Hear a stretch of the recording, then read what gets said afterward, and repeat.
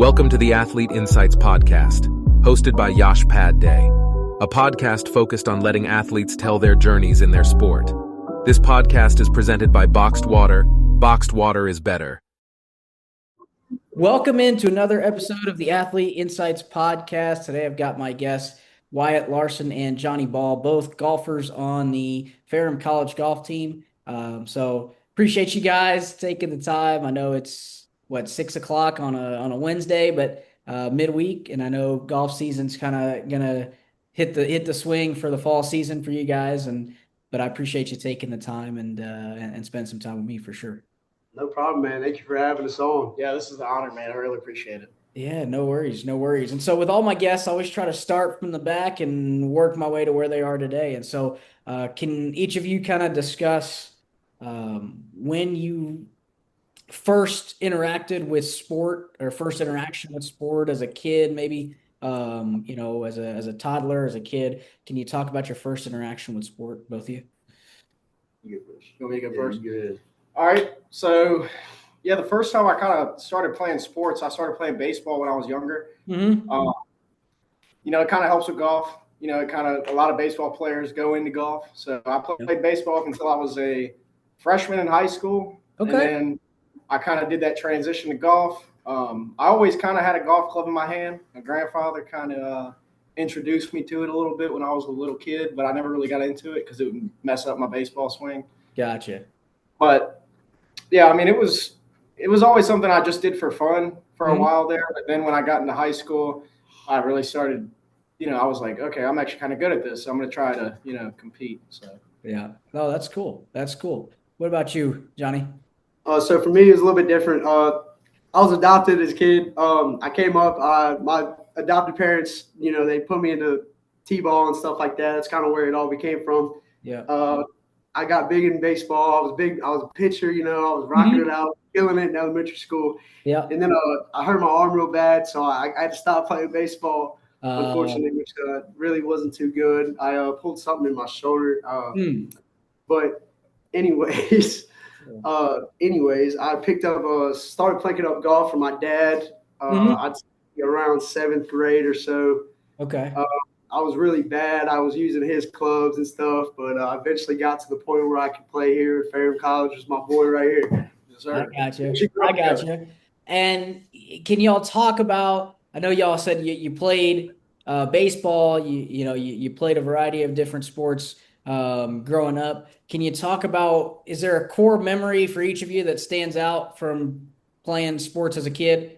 One memory or one thing that really stands out to y'all Yeah, I mean, like me and Jonny grew up together in a small town.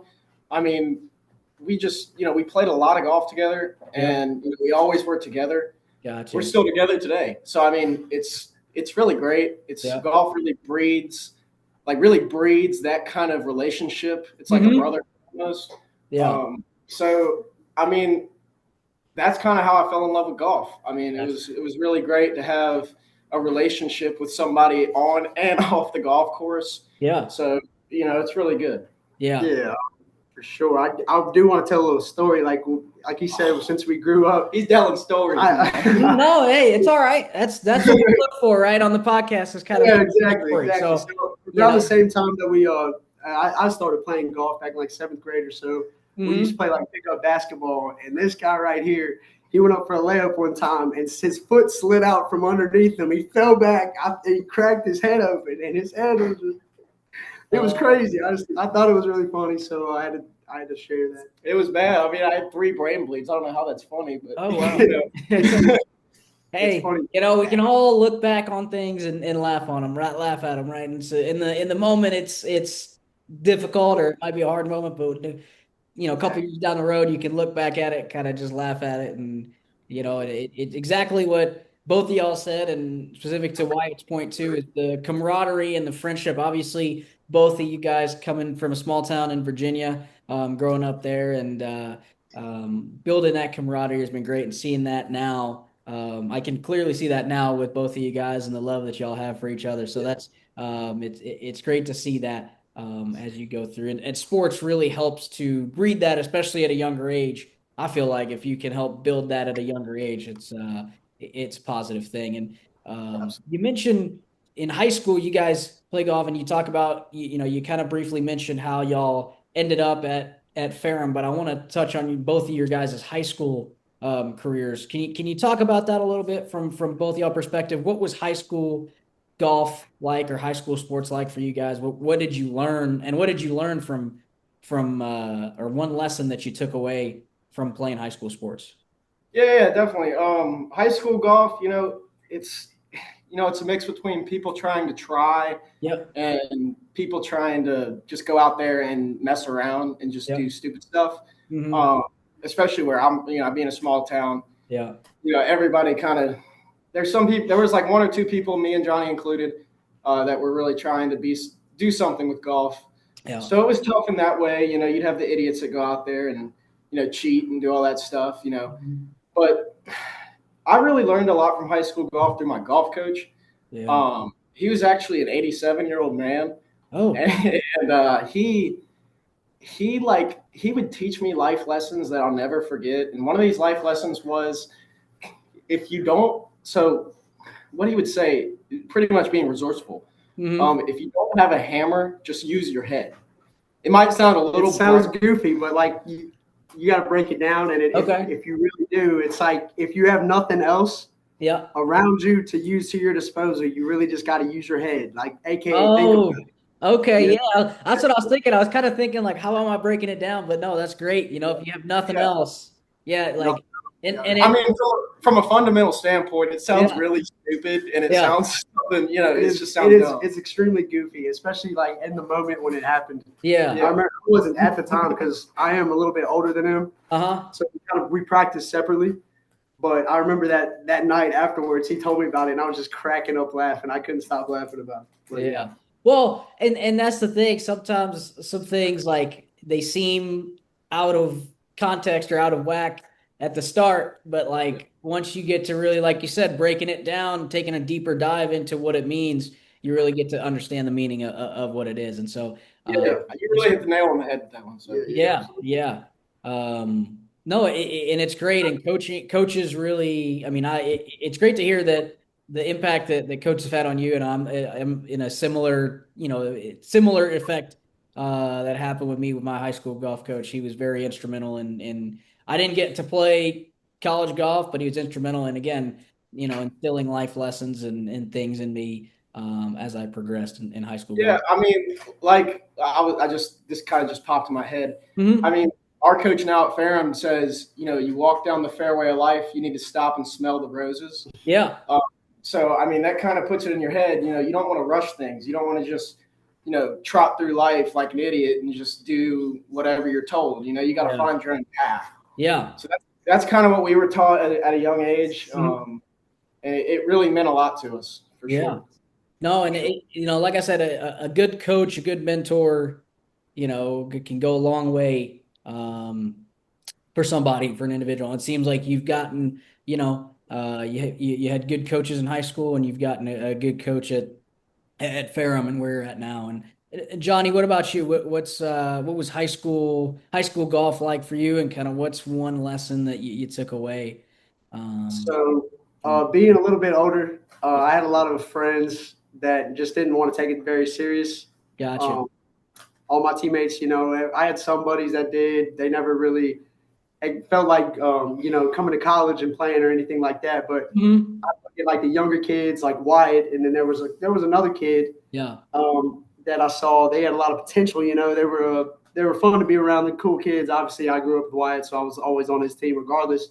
Yeah. But I would say something I took from high school golf playing with these guys, man, was just that you can really learn a lot about yourself when you're around people that don't want to be where you want to be, if that makes sense. I can't. How do I explain this? Like.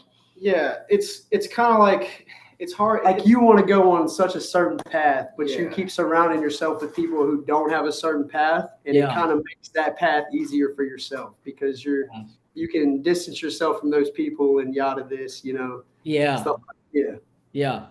No, and it's all about, once you get focused and once you really realize, it seems like you guys in high school really locked in on golf and focusing on golf. I hear a lot of people say once you're focused, you lose a lot of people and you're able to distance yourself from a lot of people because of their lack of focus, Yeah, and exactly. it seems like Sure. you guys have done a great job with that. And like I said earlier, I played club golf in college, never really got the opportunity to play varsity golf on a college roster. But I'm always curious with my guess is the recruiting process and how that goes. So can y'all both talk about your recruiting process and why you chose Ferrum? What was it about Ferrum that really stuck out to y'all?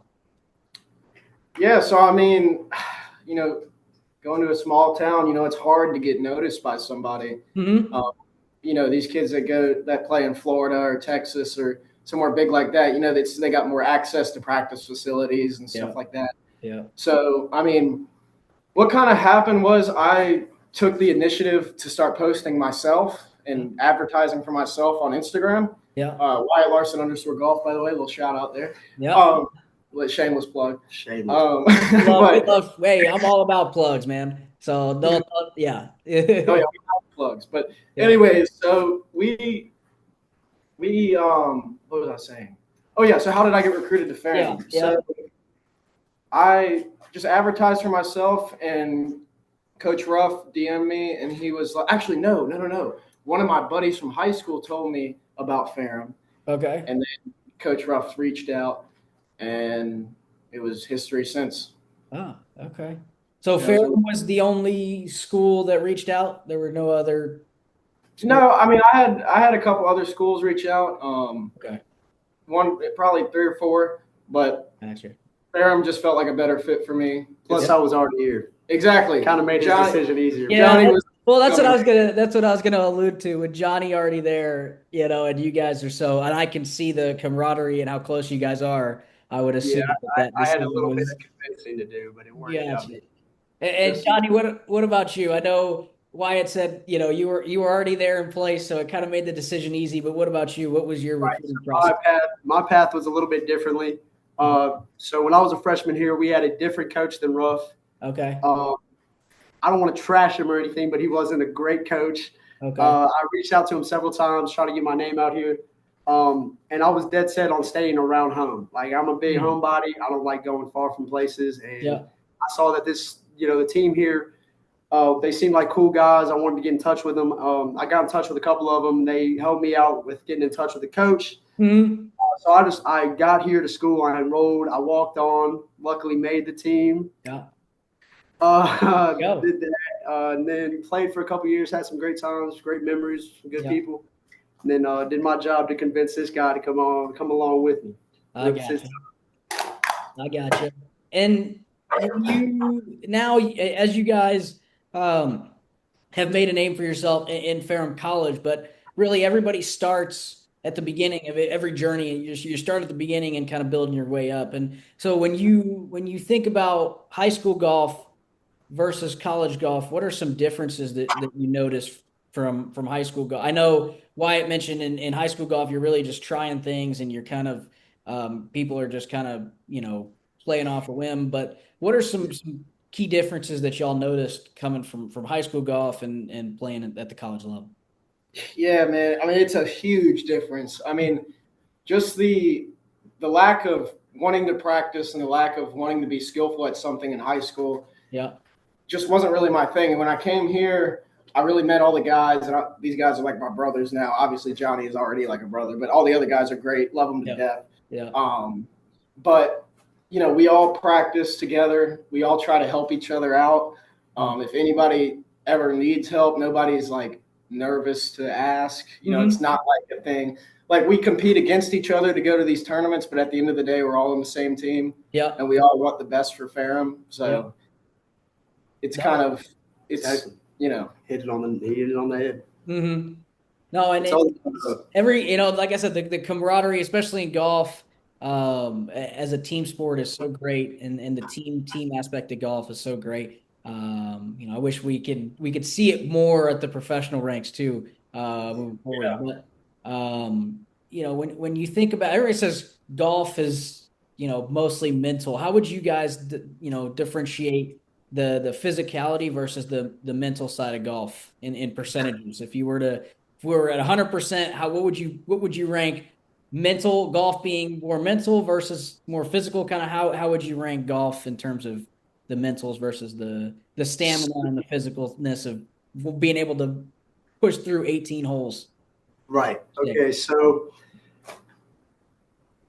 it's a little different because you're so competitive. You got to stay in this zone. Mm-hmm. And if you get out of this zone at all, you're going to see drastic changes in your game. Yeah. So you have to stay locked in at all times, 24/7. You have to stay locked in. Yeah.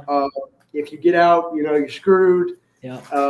And once you get into your emotions, things get really, really bad. Yeah. And the last thing you really want to do with your emotions, is bring it into your golf game. But Mm-hmm. luckily, my dad gave me some great advice when I was younger. He always said, like, you can feed a cold, you can feed a fever, and you can feed every emotion with a double cheeseburger. Oh, And it's really goofy, but gotcha. it makes you think, like, especially while you're playing, that, like, just get through it, stay right here, and maybe if you do good enough, you can reward yourself. And by the reward, the double cheeseburger. Think about that double cheese. Think about the double cheese, man. You hit it over. Think about the double cheese. I got you. Yeah, no, and it really translates to thinking about positive thoughts, right? If you enjoy a nice double cheeseburger, that's that positive train of thought. If you're hitting it. I mean, it's making me hyped up just thinking about a double cheeseburger. Yeah. No, I understand, and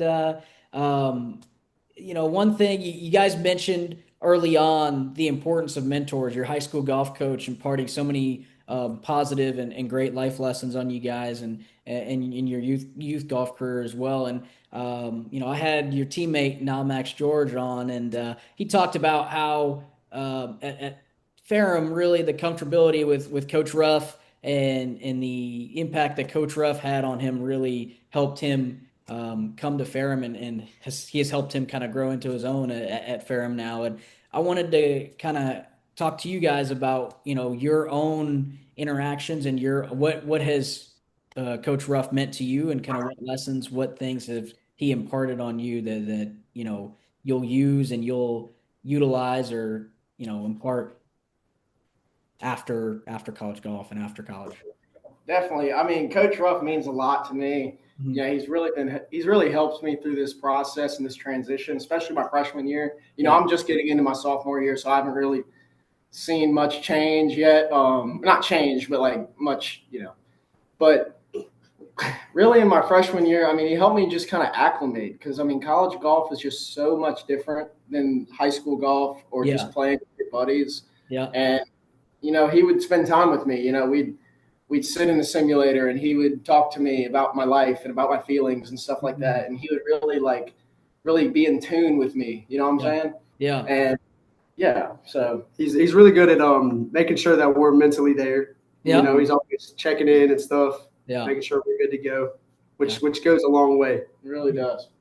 And it really, from what you guys are describing, from what you guys have had in terms of mentors up until, Coach Ruff, and now Coach Ruff as well, as really goes a long way when coaches show they care, and it shows in the player performance, and it shows in how players respond and react on the course, off the course, stuff like that. So it's great to see that the situation that you guys are in is a great situation with a great mentor and a great coach like Coach Ruff. And when you think about the season and this season, can you talk about each of you guys? Can you talk about what are some of your personal goals for the season?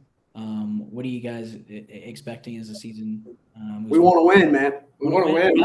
Yeah. Every one of them, we're trying to go out there and win. We want to do something special. We want to bring home a chip to the motherland. We want to drive down 40 West as winners. Exactly. Gotcha. Are there any specific personal goals, like in terms of scoring wise, or if you want to reach a certain number, maybe shoot under par, whatever it may be, or hit 17 out of 18 fairways, or 18 out, however it may be, whatever it may be. Are there any other personal statistical goals you guys might have for the season as well? Well, let me tell you, Yash, I really try not to focus on scores, to be honest with you. I really just try to go out there and pooch one out there in the fairway, get up and down. Yeah. Make putts, and the scores will come. Yeah. I'm not worried about going out here, I got to shoot 5 under par this day to tie the lead, or I'm in the lead maybe, and I have to shoot 3 under just to keep my lead. Yeah. I'm not really worried about that so much as getting little personal goals. Like right now I'm struggling with pulling the ball, and I want to be able to push the ball right and have it draw back instead of pulling it and drawing it. So, I mean, it's really just about the little wins, and if you have so many little wins, you're almost guaranteed to have a big win. Yeah. No, I agree. What about you, Jonny? Basically the same thing, man. We're not going out there saying, all right, we got to do this to make this happen. We're going out there and doing what we can to make sure that the outcome goes in the best way that it can for us. Like, gotcha. As far as stats and stuff like that, we try not to focus on, being the lowest and doing this and that. We just try to go out there and make sure that we don't lose our mind. We just continue to, play for par. Birdies will happen. Yeah. Eagles are great, but they're never meant to happen. Yeah. And never want a bogey. Yeah. No. Yeah. So we have sorry, not to interrupt you. Oh, no, you're good. No, I just thought of something like really good. So what I really harp on with myself, and I try to do it with the team too, is being a process golfer and not an outcome golfer. So what that pretty means for, folks at home that maybe don't play golf. Yeah. Golf is 80% mental, easily, and even more than that. So being a process golfer, sticking with a good routine, it's just like a basketball player shooting free throws. That everybody's got their certain little thing that they do. Maybe dribble the ball, spin it in their hand. Yeah. We get up there, we wiggle the shaft a little bit. We, we hit a couple balls, and we just.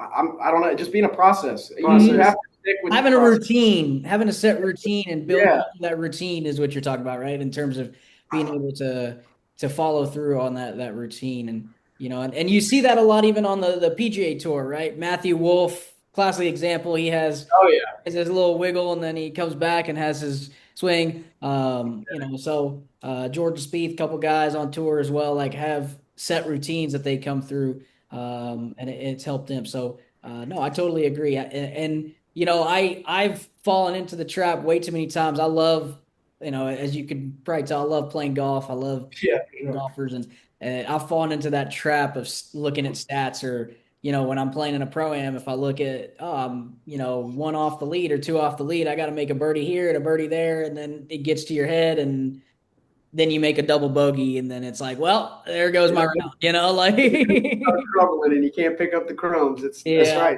So, no, it's great to kind of see how you guys, the thought process that you guys go through when you guys are preparing for tournaments. And it's great to see that. So, but before we end the episode, I always give the reason I started this podcast is I was coaching football, coaching golf now, and at the high school level, and really, really want to provide a source of inspiration for young kids, youth athletes, high school athletes that want to get to the level that y'all are at. So, want to ask you guys, each of you guys, to kind of give what advice would you give to a high school golfer or a youth golfer that's looking to be at the level that you're at today?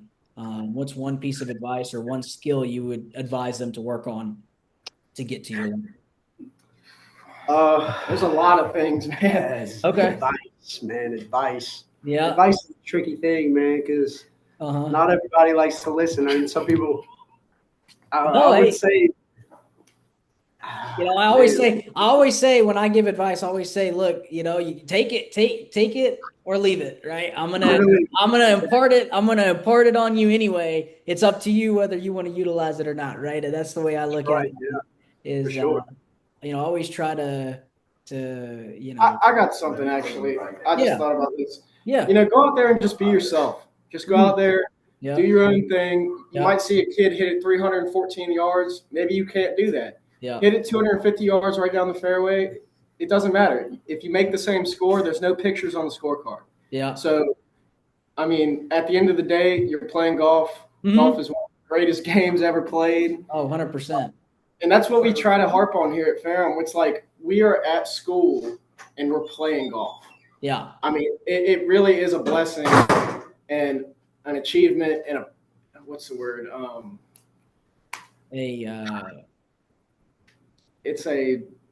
It's really fun. That's all I gotta say. Yeah. Oh, you're good. You're good. It's a privilege, right? I think is what the other word you could add in there, right? So it's Privilege. no, it's great. That's great advice. That's great insight. What about you, Johnny? Any thoughts, parting wisdom for youth golfers, high school golfers that want to be at the position that you're at playing college golf one day? Just focus on yourself, man. If it's not working, just hit the ball harder. Swing. Swing out your shoes. Hopefully, it'll go straight. And then once it doesn't, then maybe you'll be able to figure out why not and what you can do to make it go. Yeah. No, and golf is like a train. It needs all types of different parts to it, and sometimes you just got to be the conductor. Yeah. You got to be the leader of that train and leader of your golf swing and kind of your golf game. And it's both great advice from both of y'all in that regard of just being yourself and really focusing on yourself and believing in yourself. That's the third piece I would add too. In that is really a lot of times I see golfers that they have the technicality, they have a great swing, but they just don't believe that they can hit the ball, or they don't believe that they can hit the ball as far as they can. And you just have to have that belief in yourself too. And that's the third thing I would add. So great insight and great advice. And that's all the time we have for this episode of the Athlete Insights podcast. Again, I want to thank Wyatt and Jonny for taking the time. I'll have your guys' social medias, both social medias linked on the YouTube video, as well as Spotify, Apple Podcast, Google Podcast, anywhere you get a podcast, you can find this one. So I'll have everything linked for you guys, and I appreciate you guys taking time out of your schedule to connect. And it's always great. Like I said, I'm a big golfer, so it's always great to connect. Or addicted to golf, so it's always great to connect with the fellow golfers and especially college golfers. And so appreciate you guys. And absolutely, man. Thank you so much for having us. And, we really appreciate it. We want to shout out our YouTube. The Ferrum Golf does have a YouTube channel. Okay. We are the Little Rockets. Yeah. All right. So HOZEL ROCKETZ. How's the Rockets on YouTube, baby? That's us. Okay. Yeah. Roll thirds, Rockets baby. on YouTube. Go follow them on YouTube as well. And I know on Instagram, Ferrum College has and Ferrum Golf has Instagram as well as Twitter, so I'll have those linked as well, along with your own personal socials as well, guys. And we appreciate you taking the time, and we'll see you next time.